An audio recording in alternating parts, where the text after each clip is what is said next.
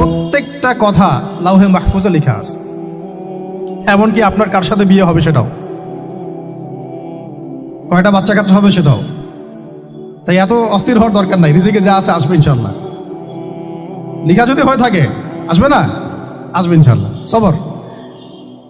তো এই জন্য মুমিনদেরকে বলা হয়েছে তোমরা কখনো হতাশ হবে না, কারণ তাকদীর লেখা হয়ে গেছে, হতাশার কোনো কারণ নাই। একটা প্রবণতা আমরা সমাজে দেখছি আত্মহত্যার। ইয়াং জেনারেশনকে আমরা নসিহত করব যে ভুলেও নিজের জীবনকে বিসর্জন দিতে যাবেন না। আল্লাহ রাব্বুল আলামিন আপনাদেরকে সৃষ্টি করেছেন তার ইবাদত করার জন্য এবং তার জমিনে তার দিনটাকে প্রতিষ্ঠা করার জন্য। হেলায় খেলায় আপনার জীবনটা নষ্ট করবেন না, ঠিক আছে ভাই? আল্লাহ বোঝার তৌফিক দান করেন। তো কলম সৃষ্টি করার পরে কিয়ামত পর্যন্ত সব লেখা হয়ে গেছে। এখন আমাদের এই পৃথিবীতে তো মানুষ ছিল না, ছিল? এদিকে মনোযোগ দেন। এই পৃথিবীতে কি আগে মানুষ ছিল? এই পৃথিবীতে আগে কি ছিল তাহলে বলেন? হ্যাঁ, মাশাআল্লাহ। এই পৃথিবীতে আগে কি ছিল? এখন ওরা নাই? সবার সাথেই কিন্তু একটা করে আছে, কমপক্ষে কয়টা করে? সবার সাথে কমপক্ষে একটা করে। আর কোন কোন জায়গা আছে যেখানে জিনের বড় বড় আকড়া আছে। পৃথিবীতে যে জায়গাগুলো থেকে ইসলাম বিরোধী অপতৎপরতাগুলো চলে, ওখানে জিনের আকড়া বেশি। কথা বুঝতে পারছেন? তো জিন জাতিকে আল্লাহ পাক ধ্বংস করে দিয়েছেন তাদের পাপের কারণে, আল্লাহ দ্রোহিতার কারণে, অবাধ্যতার কারণে। এখন আল্লাহ রাব্বুল আলামিন ইরাদা করলেন পৃথিবীতে আমাদেরকে সৃষ্টি করবেন, মানে মানুষকে সৃষ্টি করবেন। আল্লাহ পাক তার সমস্ত ফেরেশতাদেরকে একত্রিত করলেন। ঘটনাটা কিন্তু খুব ইন্টারেস্টিং। আমি জানি এখানে ওলামায়ে কেরামও আছেন, তবে আমি সবার জন্য প্রযোজ্য হয় এমন কথা বলারই চেষ্টা করছি, কারণ অনেকে হয়তো এগুলো নাও জানতে পারে। তো আল্লাহ পাকের ভাষায় আমি যদি বলি, আল্লাহ রাব্বুল আলামিন বলছেন, বা'দা আউযু বিল্লাহি মিনাশ শাইতানির রাজীম, ওয়াইয ক্বালা রাব্বুকা লিল মালায়েকা ইন্নী জাঈলুন ফিল আরদি খলিফা। হে নবী মুহাম্মদ সাল্লাল্লাহু আলাইহি ওয়াসাল্লাম, তুমি স্মরণ করো সেই সময়ের কথা যখন আল্লাহ তোমার রব সমস্ত ফেরেশতাদেরকে ডেকে বলেছিলেন যে ইন্নী জাঈলুন ফিল আরদি খলিফা, আমি জমিনে মানে পৃথিবীতে আমার খলিফা পাঠাতে চাই।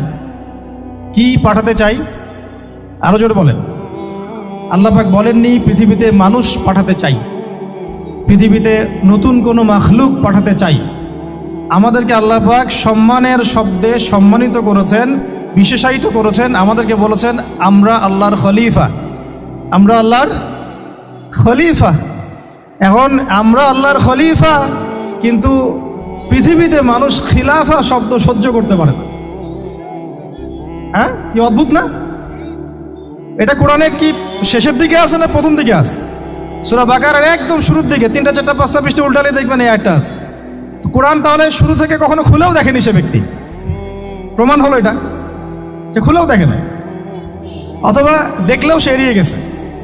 আল্লাহ পাক আমাদেরকে বললেন যে পৃথিবীতে আমি আমার খলিফা পাঠাতে চাই। তাহলে আদম আলাইহিস সালামকে আল্লাহ পাক মুহাব্বতের শব্দে, সম্মানের শব্দে বিশেষায়িত করলেন কি বলে? সুবহানাল্লাহ, সুবহানাল্লাহ। আর খলিফা কাকে বলে এটা আমি আপনাদেরকে বোঝাচ্ছি একটা দোয়া থেকে। এই যে গাড়িতে করে আমরা বাসা থেকে আসলাম বা যখন কোনো সফরে যাই, আমরা একটা দোয়া পড়ি, সুবহানাল্লাযী সাখখারা লানা হাযা ওয়া মা কুন্না লাহু মুকরিনিন ওয়া ইন্না ইলা রাব্বিনা লামুনকালিবুন। এতটুকু তো পড়ি নাকি? বা এগুলো পড়তে হবে? ওই মেলায় এসেছি শুধু লেকচার শোনার জন্য না, ছবি তোলার জন্য না। আজকে জীবনটা পরিবর্তন করার নিয়াত করে যাইতে হবে, ঠিক আছে ভাই? বই প্রকাশ করা, ছাপানো, বিক্রি করা, লেখা, এর চেয়ে বড় কথা আমার জীবনটা ইলমের আলোয় আলোকিত করা। আমি বই লিখলাম ধরেন একটা, আমার মধ্যে সেই আমল নাই, লাভ নাই। লাভ আছে? আমি বই ছাপাইছি 100, 200, 500, 1000, আমি নিজেই আমল করি না, হবে? আগে আমল জরুরি। ইলমের সাথে আমলটা খুব বেশি জরুরি। আলেম তাকেই বলা হয় যে ইলম অনুযায়ী আমল করে। তাহলে আল্লাহ পাক বলেন লিমা তাকুলুনা মা লা তাফআলুন, তোমরা এমন কথা কেন বলো যে আমল নিজেরাই করো না? কাবুরা মাকতান ইনদাল্লাহ আন তাকুলু মা লা তাফআলুন, আল্লাহর কাছে সবচেয়ে গর্হিত একটা অপরাধ তোমরা একটা কথা বলবা কিন্তু আমল করবা না। তো দোয়াটা মুখস্থ করবেন। এই দোয়ার নিচে একটা অংশ আছে, আল্লাহুম্মা আনতা সাহিবু বিস সাফারি। আমার কথাটা শুনেন, খলিফার অর্থটা বুঝেন, অনেকে তো অনেকভাবে ব্যাখ্যা করে আর কি। আল্লাহুম্মা আনতা সাহিবু ফিস সাফারি, আল্লাহ তুমি এই সফরে আমার সাথী। সফরে বের হওয়ার সময় দোয়া পড়ছি আমরা, আল্লাহুম্মা আনতা সাহিবু ফিস সাফারি, আল্লাহ তুমি এই সফরে আমার সাথী। ওয়াল খলিফাতু ফিল আহলি ওয়া মালি, আল্লাহ আমি তো বাসায় নাই, আমার বাসার আহাল মালের খলিফা হচ্ছে তুমি আল্লাহ। তাহলে খলিফা শব্দ দিয়ে কি বুঝলেন? আল্লাহ আমার বাসার আহাল মালের খলিফা মানে কি? আমার স্থলাভিষিক্ত তুমি আল্লাহ, আমি ওখানে নাই বাসায়, আমি সফরে বের হয়ে গেছি, আমার স্ত্রী, আমার সন্তান, আমার মাল, আমার জান, এগুলোর দায়িত্ব তোমার, তুমি খলিফা। কত চমৎকার দোয়া। তাহলে পৃথিবীতে আমি আমার খলিফা পাঠাতে চাচ্ছি, তার অর্থ কি? আল্লাহ রাব্বুল আলামিন এই পৃথিবীতে আমাদেরকে তার প্রতিনিধি বানিয়েছেন। সুবহানাল্লাহ, সুবহানাল্লাহ। তাহলে আমরা নিজেদের আত্মপরিচয় ভুলে গেলাম যে আমরা আল্লাহর প্রতিনিধি পৃথিবীতে, তাই না? আমরা এখন আব্রাহাম লিঙ্কনের পূজা করতেছি। আব্রাহাম লিঙ্কনের পূজা তো বুঝেন না আপনারা, এটা হচ্ছে ওই যে সকল ডেমোক্রেসির পূজা। আল্লাহ পাক বলছেন ওয়াল্লামা আদামাল আসমাআ কুল্লাহা, আল্লাহ বলছেন আমি আদমকে এই মহাবিশ্বের যত নাম আছে, নাউন্স, ইসম, সব শিক্ষা দিয়েছি। সুবহানাল্লাহ। এই মহাবিশ্বের যত নাম, এখানে ইসম শব্দের অর্থ কিন্তু জ্ঞান। ইসম মানে কি? এখানে জ্ঞান। মহাবিশ্বের যে জ্ঞানগুলো আছে, এই জ্ঞানগুলো আল্লাহ পাক আমাদের আদি পিতাকে শিক্ষা দিয়েছেন। আমাদের আদি পিতাকে আল্লাহ নিজে শিক্ষা দিয়েছেন। সৃষ্টিগতভাবে আমরা জ্ঞানী ছিলাম না, আল্লাহ পাক আমাদেরকে জ্ঞান শিক্ষা দিয়েছেন। আমরা ফিলোসফির বইগুলো খুললে দেখবেন ওখানে বুদ্ধিবাদ নামে একটা মতবাদ আছে। মানে তারা বলে যে মানুষ সৃষ্টিগতভাবেই একজন বুদ্ধিদীপ্ত প্রাণী। এটা ভুল কনসেপ্ট। সৃষ্টিগতভাবে আমাদের মধ্যে জ্ঞান ছিল না, আল্লাহ পাক আমাদেরকে জ্ঞান শিক্ষা দিয়েছেন। কথা বুঝতে পারছেন? একটা মতবাদ তাদের আছে অভিজ্ঞতাবাদ, মানে মানুষ অভিজ্ঞতা থেকেই শিখে। আরেকটা আছে সমন্বয় মতবাদ, আপনারা তো এগুলো অনেকে পড়েছেন হয়তো। এর বাইরে যে একটা মতবাদ আছে যে আল্লাহ পক্ষ থেকে ওহী ভিত্তিক মানুষ জ্ঞান শিখে, এই মতবাদ কোনো দার্শনিকের বইয়ে স্থান পেল না। কি আফসোস, কি আফসোস। অথচ মুসলিম ঘরের দার্শনিক তারা। আমরাও পড়েছি ভাই 4 বছর এই কারণে গেলে। কি আফসোস, আল্লাহ পাকের ওহীর পক্ষ থেকে যে জ্ঞান আসতে পারে এইটা কনসেপ্টটাই নাই।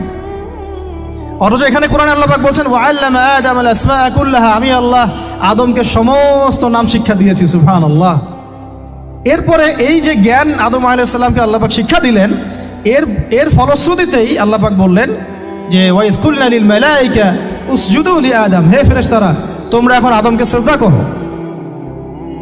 কি ফেরেশতাদেরকে দিয়ে আল্লাহ পাক আমাদের পিতাকে সিজদা করালেন কিসের মানদণ্ডে? কিসের কারণে? জ্ঞানের কারণে। জ্ঞানের কারণে ফেরেশতাদেরকে আল্লাহ পাক বললেন যে এই নামগুলো বলে দাও তো তোমরা। তারা বলতে পারলো না, তারা বললো লা ইলম আল্লাহুম্মা লা ইলমা লানা ইল্লা মা আল্লামতানা, আল্লাহ আমাদের তো সেই জ্ঞান নাই, শুধু ওইটুকু জ্ঞান আছে যা আপনি আমাদেরকে শিখিয়েছেন। তখন আল্লাহ পাক বলেছিলেন যে আমি যা জানি তোমরা তা জানো না, আমি কি বলি নাই যে আমি আসমান জমিনের গায়েবের সব খবর জানি? তখন আল্লাহ বললেন যে তোমরা সবাই সিজদা করো আদমকে। তাহলে আমাদের পিতাকে খলিফা করা হলো, জ্ঞান শেখানো হলো, আল্লাহ পাক নিজে শেখালেন, ফেরেশতা মণ্ডলীদের দিয়ে সিজদা পর্যন্ত করালেন। কিসের মানদণ্ডে? আরো আসতে বলেন, জ্ঞানের মানদণ্ডে। এখন যদি আমরা একটু প্রশ্ন ছুড়ে দেই নিজ নিজ বিবেকে, আমরা কি সেই ওহীর 10টা সূরাও শিখেছি? 10টা পারা কি পড়া হয়েছে কখনো? 10টা সূরারও কি অর্থ জানি? অনেকে তো 10টা আয়াতের অর্থ জানি না। আমরা কি সেই ওহীর 10টা হাদিস শিখেছি? তাহলে আমরা কোথায় সম্মান খুঁজতেছি? পশ্চিমাদের কাছে? বলেন।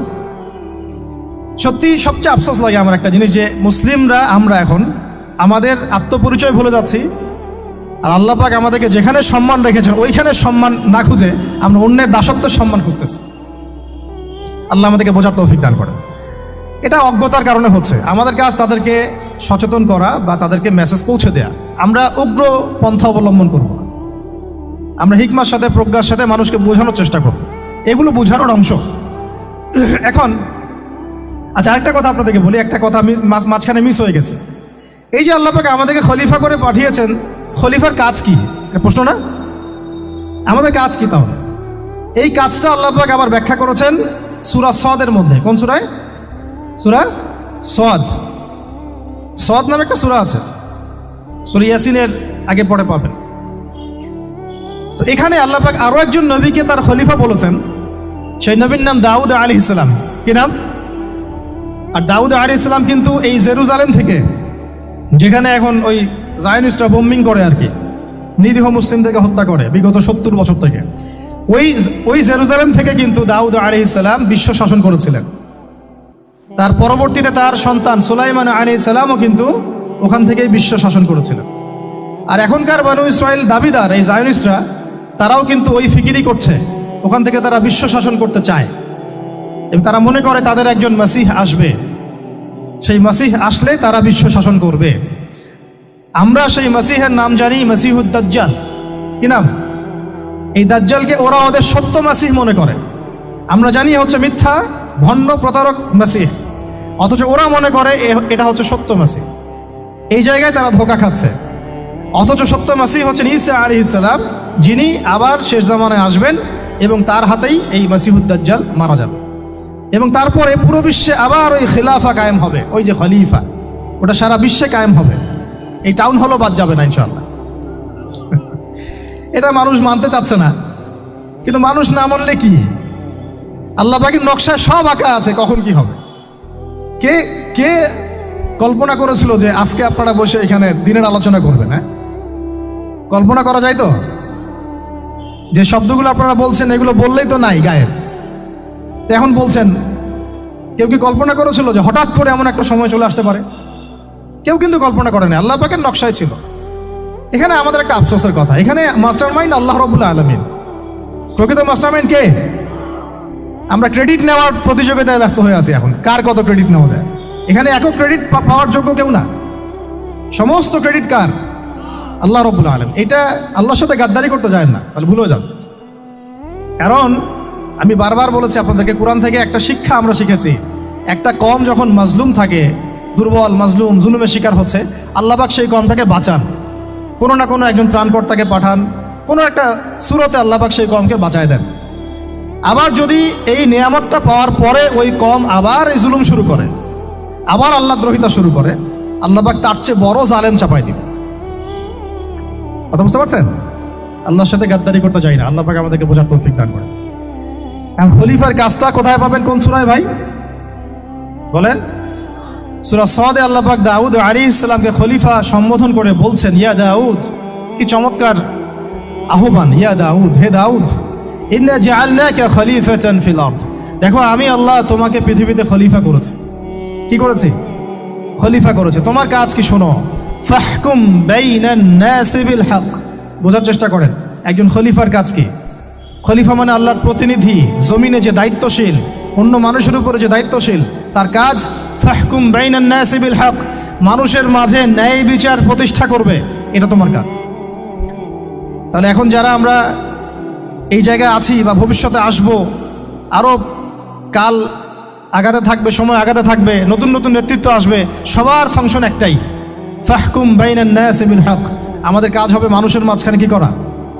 ন্যায় বিচার, বিচার ফয়সালার ক্ষেত্রে ইনসাফ করা, ন্যায় বিচার করা। তো ন্যায় বিচার তো এখন জাদুঘরে আছে নাকি? হ্যাঁ, কোনো কোনো ক্ষেত্রে আমরা চাই না যে ন্যায় বিচার জাদুঘরে যাক, আমরা চাই আবারও ন্যায় এবং সাম্যের সমাজ প্রতিষ্ঠা হোক। ইনশাআল্লাহ এরপর থেকে আমরা কোনো অন্যায় সহ্য করব না। ইনশাআল্লাহ এরপর থেকে আমরা কোনো জল্লাদতন্ত্র কায়েম করতে দিব না। আমাদের যা আছে তাই নিয়ে প্রতিবাদ হবে ইনশাআল্লাহ। কারণ এখনকার প্রজন্ম প্রতিবাদের ভাষা বুঝে। এখন যদি আপনারা আবার সেই প্রাচীন জুলুমের তন্ত্রে মন্ত্রে ফিরে যান, তাহলে আল্লাহর গজব চলে আসবে, বড় গজব। তো খলিফার কাজ কি ভাই? কি কাজ বললাম বলেন? মানুষের মাঝখানে ন্যায় বিচার প্রতিষ্ঠা করা। আচ্ছা, আরো আছে, আয়াত শেষ হয় নাই। আল্লাহ পাক বলছেন, ওয়ালা তাত্তাবিউল হাওয়া। ন্যায় বিচার করতে গিয়ে নিজের দাসত্ব মানে প্রবৃত্তির অনুসরণ করো না। ন্যায় বিচার করতে গিয়ে নিজের প্রবৃত্তির অনুসরণ করো না, মন গড়া বিধানের অনুসরণ করো না। আমার মামা, আমার চাচা, আমার খালু পার করে দিও না। প্রবৃত্তির অনুসরণ মানে কি? মন যাচাই তাই করো না। ন্যায় বিচার করতে গিয়ে আল্লাহ পাকের বিধান মেনে চলো। কারণ সূরা মাইদাতে আল্লাহ পাক বলেছেন, আয়াত নাম্বার 44, 45, 47-এ, ওয়া মান লাম ইয়াহকুম বিমা আনজালাল্লাহ ফাউলাইকা হুমুল কাফিরুন। যারা আল্লাহ পাকের হুকুম অনুযায়ী বিচার ফয়সালা করে না, তারা কাফির। 45-এ গিয়ে আল্লাহ বলছেন, ওয়ামান লাম ইয়াহকুম বিমা আনজালাল্লাহ ফাউলাইকা হুমুল ফাসিকুন, যারা আল্লাহ পাকের বিধান অনুযায়ী বিচার ফয়সালা করে না এরা ফাসিক, পাপাচারী। 47 নম্বর আয়াতে থেকে আবার বলছেন ওয়ামান লাম ইয়াহকুম বিমা আনজালাল্লাহ ফাউলাইকা হুমুজ জালিমুন, যারা আল্লাহর হুকুম বিধান অনুযায়ী বিচার ফয়সালা করে না এরা জালেম। তো কাফেরও বলেছেন আল্লাহ, ফাসিকও বলেছেন, জালেমও বলেছেন। তাহলে বিচার ফয়সালা করার ক্ষেত্রে আল্লাহ পাকের বিধানকে সর্বোচ্চ অগ্রাধিকার দিতে হবে, নিজের প্রবৃত্তির অনুসরণ করা যাবে না। যদি করে তাহলে কি হবে? ইউদিল্লাকা আন সাবিলিল্লাহ, তাহলে এটা তোমাকে আল্লাহর রাস্তা থেকে সরায় নিয়ে যাবে। এর ফলে কি হবে?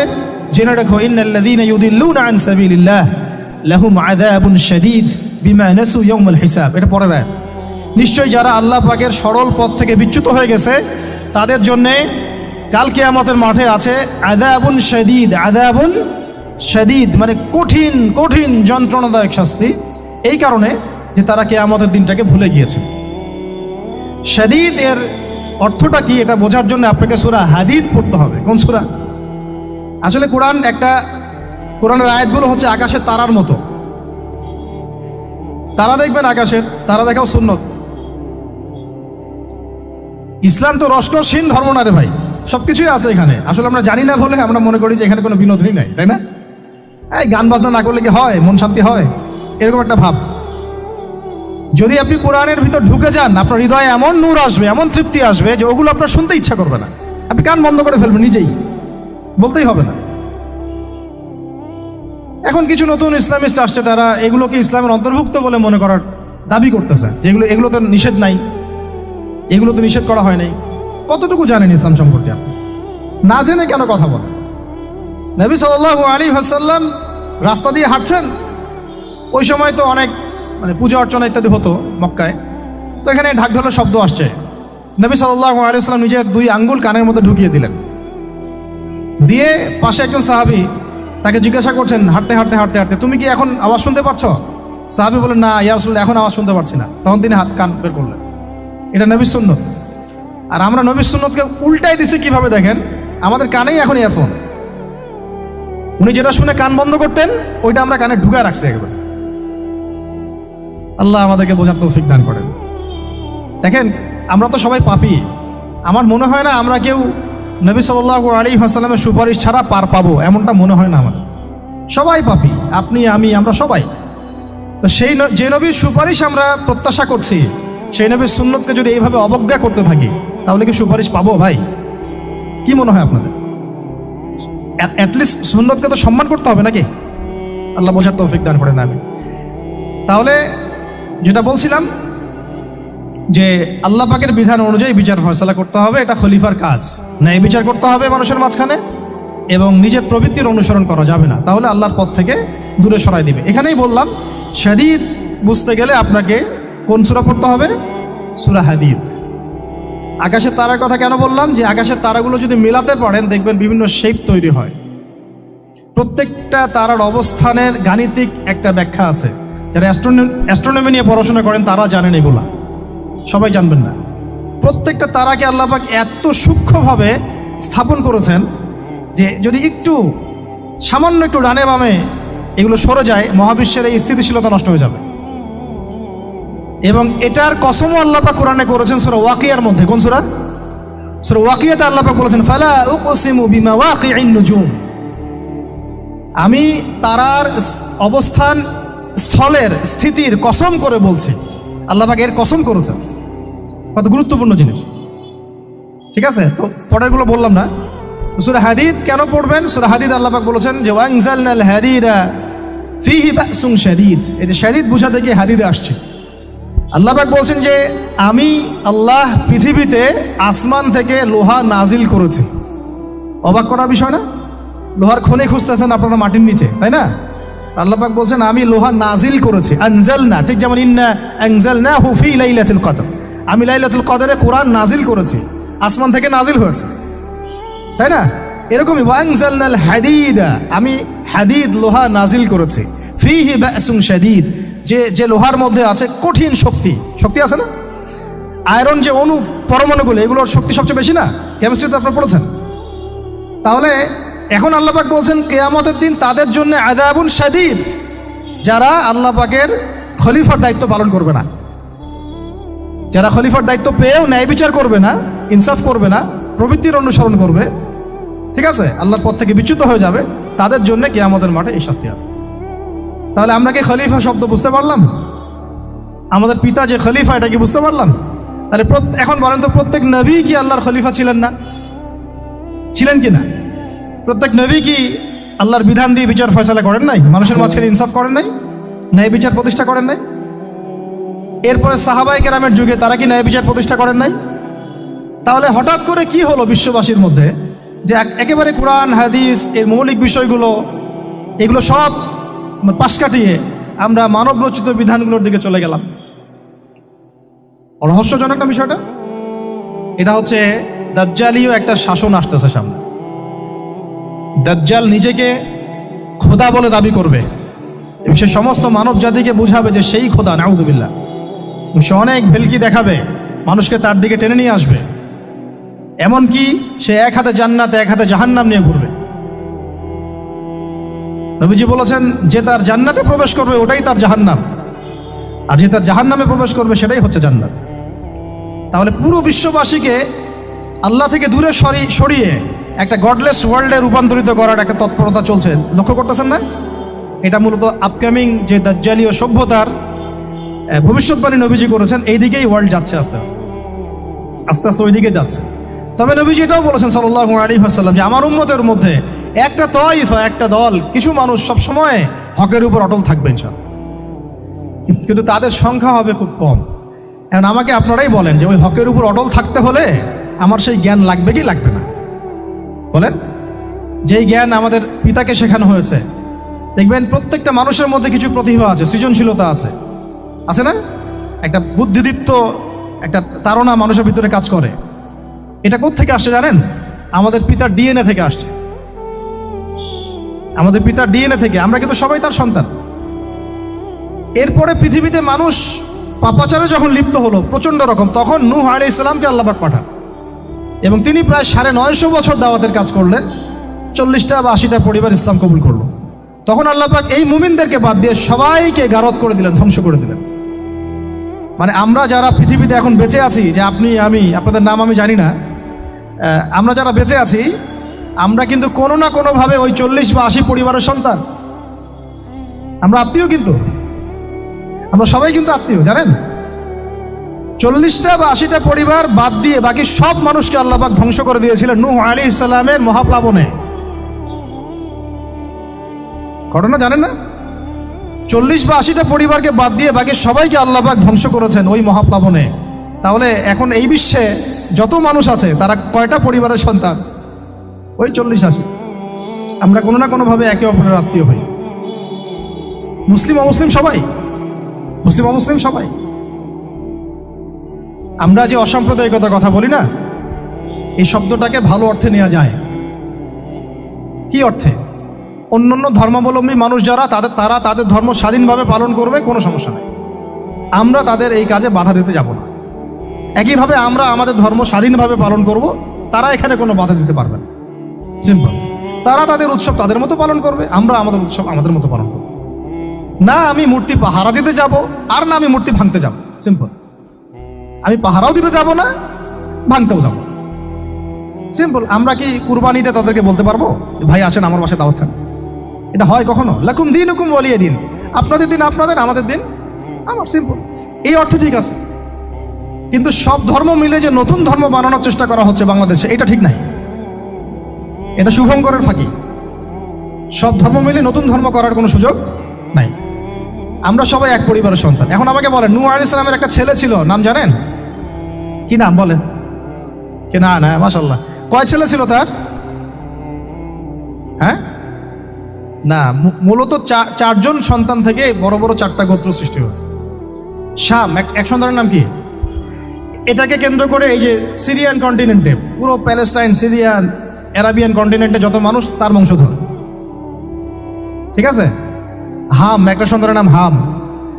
এখান থেকে আফ্রিকার যে কালো কালো মানুষগুলো সব তাদের বংশধর। একটা হচ্ছে ইয়াফাস, ইউরোপিয়ান যারা সাদা চামড়া, সব এদের বংশধর। আরেকটা যে কেনান। এই ছেলেটা কি বলেছিল?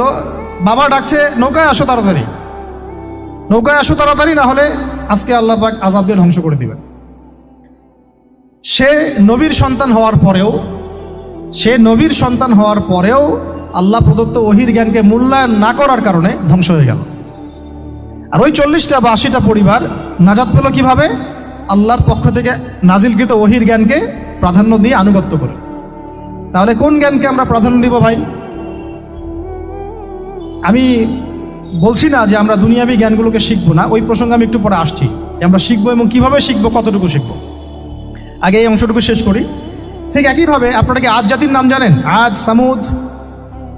ওই যে সৌদি আরব এখন যেখানে লাইন বানাচ্ছে, লাইন প্রজেক্ট, ওই আল-ওলা বলে, আল-ওলা লাইন প্রজেক্ট বানাচ্ছে, দেখবেন অনলাইনে। ওই জায়গা দিয়ে নবী সাল্লাল্লাহু আলাইহি ওয়াসাল্লাম তাবুক যুদ্ধের সময় গিয়েছিলেন। যাওয়ার সময় তিনি বলেছিলেন, তোমরা মাথা নিচু করে কান্নাকাটি করতে করতে এখান থেকে অতিক্রম করো। সাহাবীরা মাথার উপর কাপড় দিয়ে কান্নাকাটি করতে করতে জায়গাটা পার করেছেন, কারণ ওই জায়গায় সামুদ জাতি ছিল যাদেরকে ধ্বংস করা হয়েছে। ওটা হচ্ছে এখন পর্যটন স্পট। সুবহানাল্লাহ। তো আদ এবং সামুদ জাতিকেও আল্লাহ পাক ধ্বংস করলেন, কিন্তু তাদেরকে করেন নাই যারা ওহীর জ্ঞানকে প্রাধান্য দিয়েছিল। ইব্রাহিম আলাইহিস সালাম কোন জ্ঞানের বদৌলতে আল্লাহকে চিনলেন? মানব রচিত জ্ঞান নাকি আল্লাহর পক্ষ থেকে নাজিলকৃত জ্ঞান? বলেন। মূসা আলাইহিস সালাম কোন জ্ঞানের বদৌলতে ফিরআউনের মতো এই যে কি বলবো প্রতাপশালী একজন শাসকের সামনে দাঁড়িয়ে বুক ফুলিয়ে ইসলামের দাওয়াত দিলেন? কোন জ্ঞানের আলোকে? ওহীর জ্ঞান। আর ওহীর জ্ঞান যখন নাজিল করা হয়েছে তখন তিনি দোয়াটা পড়ছিলেন, রব্বি ইশরাহ লি সাদরি ওয়া ইয়াসসির লি আমরি ওয়াহলুল উকদাতাম মিন লিসানি ইয়াফকাহু কওলি। প্রত্যেক নবী, ইউসুফ আলাইহিস সালাম কারাগারে 12 বছর থেকেছেন। কত বছর? 12 বছর। আমাদের অনেক ভাই এরকম 5 বছর, 7 বছর, 10 বছর, 12 বছর থেকেছে, আছে। এমনও মানুষ আছে, এখন বলা যায় তাই বলি, যে ওই যে একটা শব্দ শুনেছেন, আয়না ঘর, ওখানে দীর্ঘদিন ছিল, তারপরে নাই, কোথায় গেছে আল্লাহই ভালো জানে। ইউসুফ আলাইহিস সালামও এরকম কারাগারে ছিলেন। কত বছর? 12 বছর। কিন্তু আল্লাহ পাক তাকে এমন একটা জ্ঞান শিক্ষা দিয়েছিলেন, তিনি স্বপ্নের ব্যাখ্যা বলতে পারতেন, যে কোনো স্বপ্নে। রাজা স্বপ্ন দেখলেন যে 7টা গাভী, জীর্ণ শীর্ণ গাভী, মোটা তাজা গাভীকে খেয়ে ফেলছে, স্বপ্নের ব্যাখ্যা কেউ দিতে পারে না। কিন্তু ওই জেলখানায় 2 জন ছাড়া পাওয়া মানুষ, ছাড়া পাইছে 2 জন, আর কি 2 জনের মধ্যে একজন বেঁচে আছে, একজন নাই। মানে 2 জন বসে বসে ইউসুফ আলাইহিস সালামকে বলছিলেন যে আমরা একটা স্বপ্ন দেখলাম যে আমার মাথায় রুটি আছে, পাখি এসে রুটি খেয়ে ফেলছে। আর আমি স্বপ্ন দেখলাম যে আমি শরাব পান করাচ্ছি, ব্যাখ্যা কি? ইউসুফ, তোমাকে সত্যবাদী বলে জানি। ইউসুফ আলাইহিস সালাম বললেন, তোমার মাথায় রুটি যেটা খেয়ে নিচ্ছে, তার মানে তোমাকে শুলদণ্ড দেওয়া হবে। আর তুমি যে পানি পান করাচ্ছ, তার মানে তুমি নাজাত পাবে, ছাড়া পাবে। হলেও তাই। আর যে নাজাত পাবে তাকে ইউসুফ আলাইহিস সালাম বলে দিলেন যে তুমি রাজদরবারে গিয়ে আমার কথা বলো, আমার কথা আলোচনা করো। তো সে ভুলে গিয়েছিল। পরে যখন এই স্বপ্নটা দেখলো বাদশা, তখন বাদশা সবাইকে ডাকলো, ডেকে বললো যে এই গাভীর স্বপ্নের ব্যাখ্যা কি? তখন এই ব্যক্তির মনে পড়ছে, আরে ইউসুফ তো ব্যাখ্যা দিতে পারে। সে গিয়ে ইউসুফ আলাইহিস সালামকে ডেকে নিয়ে আসতেছে যে এই রাজা স্বপ্ন দেখছে, এই ব্যাখ্যা কি? স্বপ্ন কিন্তু আপনার কাছে শুনে একটা স্বাভাবিক মনে হচ্ছে, আরে গাভীর আবার স্বপ্নের কি ব্যাখ্যা? তখন ইউসুফ আলাইহিস সালাম ব্যাখ্যা দিলেন যে 7 বছর ফসল ফলবে আপনাদের এলাকায়, তারপরের 7 বছর হবে দুর্ভিক্ষের সময়। কিসের সাথে কিসের ব্যাখ্যা? এই জ্ঞান কে শিখালেন তাকে? এই ইন্টারপ্রিটেশনের জ্ঞান কে শিখালেন? তাহলে জ্ঞানের মূল উৎস কে? আমার কথা বলার উদ্দেশ্য কি বুঝতে পারছেন? যত জ্ঞান তার মূল উৎস কে? স্বপ্ন একটা জ্ঞান, যদি সেটা সত্য হয়। আর জেনে রাখবেন, কিয়ামতের আগে আগে মুমিনদের স্বপ্ন বেশি বেশি সত্য হবে। ঠিক আছে? মূসা আলাইহিস সালামকেও সেই আল্লাহ জ্ঞান শিক্ষা দিলেন। ঈসা আলাইহিস সালাম এই কুষ্ঠরোগীর গায়ে হাত বুলালে ভালো হয়ে যায়। হ্যাঁ, অন্ধ ব্যক্তির মানে চোখে হাত বুলালে ভালো হয়ে যায়। এমনকি মৃত ব্যক্তিকে তিনি বলছেন কুম বিইজনিল্লাহ, আল্লাহর হুকুমে দাঁড়িয়ে যাও, দাঁড়িয়ে গেল। এই জ্ঞান কে দিয়েছেন তাকে? দাউদ এবং সুলাইমান আলাইহিস সালাম এই যে পশু পাখির ভাষা বোঝেন, সুলাইমান আলাইহিস সালাম পিঁপড়ার ভাষাও বুঝেন। আপনাদের সায়েন্স কি পিঁপড়ার ভাষা বুঝে? হ্যাঁ, আমরা তো এখন সায়েন্সকে সবকিছুর মানদণ্ড মনে করি, তাই না? সায়েন্স যদি বলে হ্যাঁ তাহলে হ্যাঁ, না বললে না। মানে এমন একটা ভাব, দেখেন সায়েন্সকে আমরা ইলাহ বানাইছি, ইলাহ, উপাস্য। সায়েন্স যদি বলে যে পৃথিবী থেকে অমুক অমুক কোটি কোটি আলোকবর্ষ দূরে একটা গ্রহের সন্ধান পাওয়া গেছে, নাম দিল ধরেন যে আলফা এক্স ওয়াই জেড কিছু একটা, ওখানে হুরপড়ি আছে, হ্যাঁ ওখানে দুধের সাগর আছে, মধুর সাগর আছে। তো মানুষ তখন বিশ্বাস করা শুরু করবে, হ্যাঁ হ্যাঁ তাই তো থাকতেই পারে। নাসা বলেছে না হয়ে পারে, নাসা মন্তব্য করেছে না হয়ে পারে। ওরকম যদি বলে অনেক দূরে একটা আগুনের একটা বিশাল ইয়া পাওয়া গেছে, গ্রহ পাওয়া গেছে, ওখানে আযাব দেওয়া হয়, শাস্তি দেওয়া হয়, ওখানে অন্য মাখলুক আছে, ওদের ভাষায় এলিয়েন আর কি, মানুষ বিশ্বাস করে। কিন্তু আল্লাহ পাক কোরআনে বলছেন যে সুলাইমান আলাইহিস সালাম পিঁপড়ার ভাষাও বুঝতেন, ওই কথা বিশ্বাস করতে চাচ্ছে না। সুলাইমান আলাইহিস সালাম বাতাসে ফ্লাই করতে পারতেন, এটা বুঝতে পারতেছেন, বিশ্বাস করে না। তাহলে ওই প্রযুক্তি না থাকলে এয়ারক্রাফট কিভাবে আবিষ্কার করলেন? যে প্রযুক্তিগুলো পৃথিবীতে চলে গেছে ইতিমধ্যে, ওগুলো ভবিষ্যতেও আসতে পারে। যেমন একটা প্রযুক্তির কথা বলি, সুলাইমান আলাইহিস সালাম বসে আছেন, একজনকে বললেন না সাবার রানী বিলকিসের সিংহাসন কে নিয়ে আসতে পারবে? একজন বলল যে আপনি উঠে দাঁড়াইতে যতক্ষণ সময় লাগে এর মধ্যে নিয়ে আসবো। উনি বললেন যে হবে না, এটাতে হবে না, তুমি স্লো, তুমি 3G 4G না, এত স্লো স্পিডে আমার হবে না। এই কথা বলেন নাই, মজা করলাম আর কি। আমাদের ইউটিউবাররা আবার এই অংশ কাট করে আবার প্রচার করে দিতে পারে। দেখেন কিসের সাথে কি ব্যাখ্যা করলো, কোরআনকে 3Gর সাথে তুলনা করলেন আবু তহাত না, ব্যাস কাম সারা দেশে ওইটাই ইস্যু। তখন মহা মুসিবত, মানে বাঙালি জাতির মধ্যে দিন প্রচার করে। আমাদের সালাফদের ভাগ্য ভালো যে তারা আগেই, মানে এই প্রযুক্তি আসার আগেই দুনিয়া থেকে তারা চলে গেছে। মুশকিল না, যত ইস্যু এগুলোর কারণেই সৃষ্টি হয়। তো যাই হোক, প্রসঙ্গে আসি, কোথায় ছিলাম ভাই, যে কথা হারায় ফেললাম। হ্যাঁ আরেকজন বললেন যে না, আপনি চোখের পলক ফেলতে যতক্ষণ লাগে এর মধ্যে দেখবেন সিংহাসন সামনে। সুবহানাল্লাহ, কি প্রযুক্তি বলেন! এই প্রযুক্তির সামনে কি বিশ্ববাসী যেতে পেরেছে? দেখেন সুলাইমান আলাইহিস সালামের বাতাসে ফ্লাই করাটা কিন্তু এখন পৃথিবীতে খুব কমন হয়ে গেছে। আমরা সবাই ফ্লাই করতেছি বাতাসে, তাই না? যদি আপকামিং কোনো সময় আপনি দেখেন যে এইরকম চোখের পলকেই একটা বস্তু আরেকটা জায়গা থেকে এক জায়গায় চলে আসতেছে, আমি অবাক হব না ইনশাআল্লাহ। কারণ কোরআনে অতীতে এই ঘটনার দলিল আছে। বুঝাতে পারতেছি না? এক কথায় সমস্ত জ্ঞানের মূল উৎসকে। এরপরে আসেন, অত আর লম্বা করছি না, আমাদের নবী মুহাম্মদ সাল্লাল্লাহু আলাইহি ওয়াসাল্লাম আসেন। আমরা তো তার উম্মত। 23 বছরে, একটু মনোযোগ দেন, এটা আলোচনার লাস্ট পার্ট, ঠিক আছে? 23 বছরে তিনি পুরো জাহেলিয়াতকে পরিবর্তন করে দিয়েছেন। কত বছরে? 23 বছর। আপনারা কি জানেন যে আইয়ামে জাহিলিয়াতে আসলে কি কি সমস্যা ছিল? কেন ওই যুগটাকে আমরা জাহিলিয়াত বলি? বেসিক্যালি 5-6টা সমস্যা ছিল। কয়টা? 5-6টা। 1 নম্বর শিরক। 1 নম্বর কি? আমার সাথে বলেন। শিরক আমাদের ওয়ার্ল্ডে নাই, এটা তো গ্লোবাল শিরক চলতেছে এখন। শুধু ধর্মীয় শিরক চলতেছে না, কিন্তু এখন শিরক হচ্ছে পলিটিক্সে, শিরক হচ্ছে ইকোনমিক্সে, শিরক এডুকেশনেও আছে, শিরক কালচারের মধ্যেও আছে। কথাগুলো বুঝতে হবে একটু গভীরভাবে। তখন সমস্যা ছিল রিবা, সুদ। এখন নাই। রিবা ছাড়া কোনো সিস্টেম আছে এখন ওয়ার্ল্ডে? আমি গতকালকে একটা হাদিস মোতালা করছিলাম সুদ সংক্রান্ত। নবীজি বলেছেন সাল্লাল্লাহু আলাইহি ওয়াসাল্লাম যে একটা যুগ আসবে সামনে, সুদবিহীন কোনো মানুষই চলতে পারবে না। যে চলতে চাইবে তার গায়েও সুদের ছিটা ফোটা গিয়ে লাগবে। আসে নাই সেই যুগ? সুবহানাল্লাহ, কিভাবে তিনি এত স্পেসিফিকলি কথাগুলো বলতে পারেন?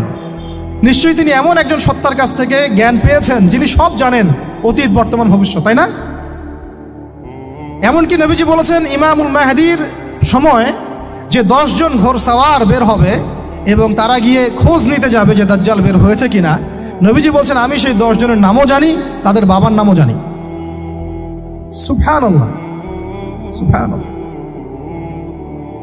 কিয়ামতের মাঠে আলী রাদিয়াল্লাহু আনহু, আবু বকর রাদিয়াল্লাহু আনহু, ওমর, ওসমান রাদিয়াল্লাহু আনহুম আজমাইন, তাদের হিসাবটা কেমন হবে ওইটাও নবী সাল্লাল্লাহু আলাইহি ওয়াসাল্লাম আগেই বলে দিয়েছে। সবচেয়ে দ্রুত হিসাব হবে এই উম্মতের আলী ইবনে আবি তালিব রাদিয়াল্লাহু আনহু। যাবেন, বেরোবেন, শেষ। কি মানুষ, তার জীবনীটা পড়ে দেখবেন। আমি শেষের দিকে বলে দিব আপনাদেরকে আজকে, এবং এটা রেকর্ডেড থাকবে, ইনশাল্লাহ অনলাইনে দিয়ে দিব, যে আপনারা কোন কোন সাবজেক্টের বই কিনবেন। বই মেলা তো শুধু মানে আসলেন একটা র্যান্ডমলি বই কিনলেন এমন না, টপিক ধরে ধরে সাবজেক্ট ওয়াইজ বই কিনতে হবে, ঠিক আছে ভাই? বই কেনার পিছনে টাকা পয়সা খরচ যদি না করেন, মানে দিনের জন্য অর্থ ব্যয় করার মানসিকতা না থাকে, এলেম পাওয়া যাবে। অনেক মুহাদ্দিস নিজের গায়ের জামা খুলে দিয়ে পর্যন্ত বই নিয়ে বাসায় গিয়েছে, জানেন? তাদের সমস্ত সম্পত্তি বিক্রি করে দিয়েছেন বই কেনার জন্য। আজকে সকালে আমাদের এক ভাই মোজাকারা করছিলেন যে আমারই এক ওস্তাদ, বাংলাদেশের অনেক বরেণ্য একজন আলেমে দিন, প্রবীণ আলেমে দিন, তার কথা আলোচনা হচ্ছিল যে তিনি কিতাব পড়তে পড়তে পড়তে হঠাৎ একটা কিতাব তিনি খুঁজে পাচ্ছেন না। তো ছাত্রদেরকে পাঠালেন যে খুঁজে নিয়ে আসো তো, কোথায় আছে, কেউ খুঁজে পায় না। তিনি নাকি অজু করে এসে দু রাকাত নামাজ পড়ে বাচ্চার মতো হাউমাউ করে কান্নাকাটি শুরু করলেন, আল্লাহ আমার সেই কিতাব কোথায় গেল, আমার কিতাবটা এনে দাও। তলাবুল ইলম কাকে বলে দেখেন, ইলমের তালেব, ইলমের ছাত্র কাকে বলে? এই যে ইলমের ছাত্র, আমরা কি ছাত্র হইতে পারছি? একটা বইয়ের দাম যদি দেখি 100 টাকা, বাস আমাদের গায়ে লাগে। 100 টাকা দিয়ে তো আপনার গার্লফ্রেন্ডকে নিয়ে বসতে গায়ে লাগে না, বসলে তো 500 টাকা চলে যায়। জিনা থেকে বাঁচতে না পারলে কলবে আল্লাহ নূর আসবে না। আল্লাহ পাক আমাদের কথাগুলো বোঝার তৌফিক দান করেন, আমিন। জিনা, আবার বলছি, জিনা থেকে বাঁচতে হবে, অন্যথায় কলবে নূর আসবে না। আল্লাহ পাক আমাদেরকে বোঝার তৌফিক দান করেন, আমিন।